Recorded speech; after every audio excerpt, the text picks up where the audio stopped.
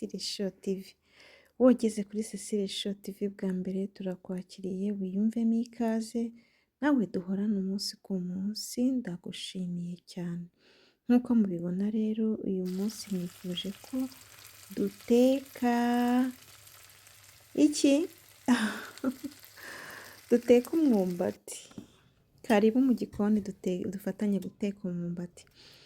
Aha rero maze gutunganya neza ni umwumbati umwe ariko munini, niwo nifuje ko twatunganya. Mu guteka imyumbati yacu rero nifuje ko tuyiteka bisanzwe nyine kubitogosa mu mazi y'ibishyimbo. Ibishyimbo rero mu guteka ibishyimbo nk'uko mpora mbibabwira, ibishyimbo ni byiza kubitekana n'umunyu, byongera ni ukuvuga umunyu iyo ubitogosanyije n'umunyu, ibishyimbo iyo ubitekanye n'umunyu bituma umunyu winjiramo neza mu bishyimbo, ku buryo ugiye no kubiteka mu biryo cyangwa mu birayi, mu bindi ibyo ari byo byose, cyangwa ugiye kubikorera isosi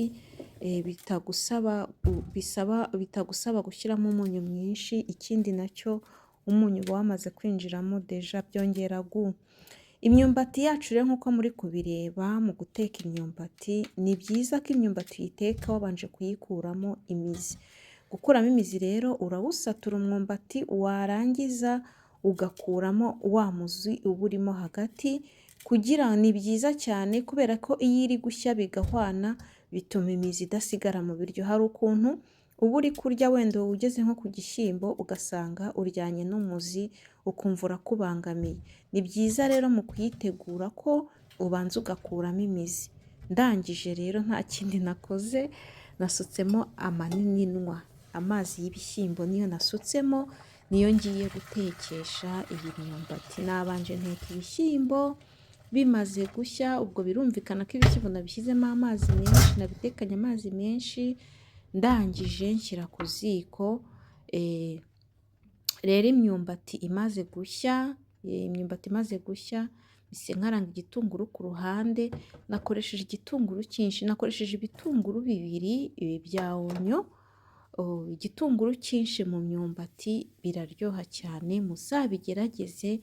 Numvishe biryoshye cyane, ndavuga reka mbibasangize, wenda hariho umuntu utajyaga yishyiramo agatunguru akabitogosa kuriya gusa ubundi akirira, ariko ku muntu amavuta atafite icyo amutwara, yazakaranga agatunguru kamara kuba burawuni neza neza.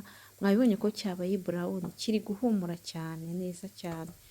Mpita nsukamo ya myumbati natetse mu mazi y'ibishyimbo. Ibishyimbo nakoresheje ni umutuku, niyo mpamvu mubona bifite umutuku wijimye cyane, nuko ibishyimbo nakoresheje ari umutuku. Rero mu gukaranga imyumbati nyine nk'uko nabibabwiye, umaze gukaranga igitunguru kibaye burawuni, ushyiramo imyumbati ukavanga, ariko ukirinda kubera iba yahiye cyane, wirinda kuyishwanyaguza. Iyo uyishwanyaguze biba bibi, bihita biba inombe ukuntu, ariko ubikora witonze kugira ngo idashwanyagurika. Rero imyumbati uzayiteke gutya, ku mukunzi w'imyumbati uzayikunda kurushaho. Nawe utajya kuyirya ugerageze ukoreshe buno buryo, uzambwira, ni ukuri bizakuryohera. Reka nibutse wowe utarakora subscribe, iki ni cyo gihe cyo kuyikora. Kora subscribe, ukore share, ukore na like. Ndibutse hakiri kare. Murabona ko yahiye cyane, nyine ndi kwirinda kugaragura cyane cyangwa se gushyiramo imbaraga cyane kugira ngo bidashwanyagurika. Murabona ko umwe wari umaze gucikamo kabiri nanone, kandi nifuje ko kuyarura imeze uku nguku itavunitseho na gatoya. Imyumbati rero ku bantu batayizi iraryoha cyane, muzayigerageze. Mwakoze kubana nanjye rero kuri Cecile Show TV, mwe duhorana umunsi ku munsi, mukaba mureba video mukayisoza. Ni ukuri muri abantu b'agaciro cyane, ndabashimiye cyane, mwumve ko mbashimiye. Nawe utarayikora karibu, bye bye, ndabakunda.